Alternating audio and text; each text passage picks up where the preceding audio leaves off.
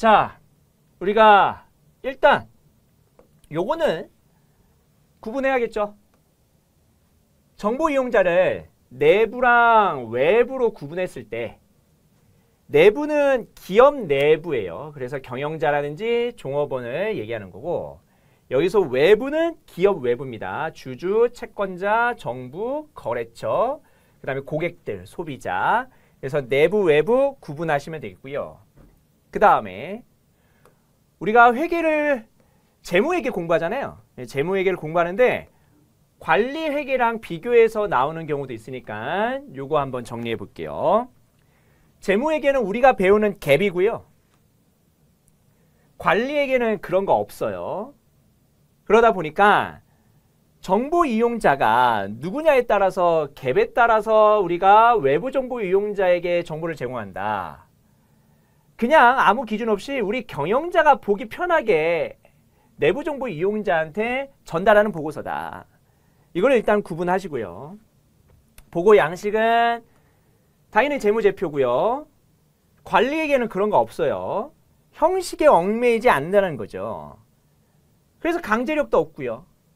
재무에게는 갭에 따라서 금감원에서 요런 기업은 무조건 공시를 해야 됩니다 라는 기준이 있거든요. 그 기준에 부합하는 기업들은 당연히 강제력이 있습니다. 정기보고고요. 관리에게는 수시보고입니다. 됐죠? 이 정도 보시면 되고, 그 다음에 쭉 넘기시면 회계 기능이 있습니다. 간단하게 볼게요. 회계 기능, 정보 제공 기능이 있고요. 수탁 책임의 보고 기능이 있습니다. 수탁 책임은 누가 가지고 있어요? 경영자가 가지고 있습니다. 그래서 경영자를 수탁자라고 회계에서는 우리가 구분을 하죠. 그래서 경영자가 수탁 책임을 가지고 있다라고 하면은 맞는 문장이 됩니다. 그래서 회계는 이 수탁 책임에 관한 보고 기능을 하고요. 그 다음에 사회적 직능의 수행을 위한 기초 자료로서 회계가 쓰이게 된다. 그러면 여러 경제 주체들이 이 회계를 통해 가지고 정보를 얻겠죠. 그런 내용들이 써 있으니까 간단하게 한번 정리를 해봤고요.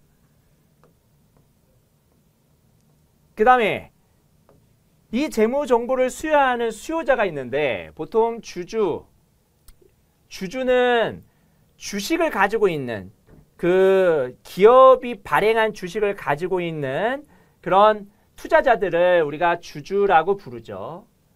주주는 의사결정에 참여하고 자녀 재산에 대한 청구권을 가지고 있고요. 보통 주주를 의미하죠. 보통 주주 말고 우선 주주도 있는데 우선 주주는 의결권은 없고 배당을 보통 주주보다 먼저 받을 수 있는 그런 우선권이 있는 게 우선 주주죠.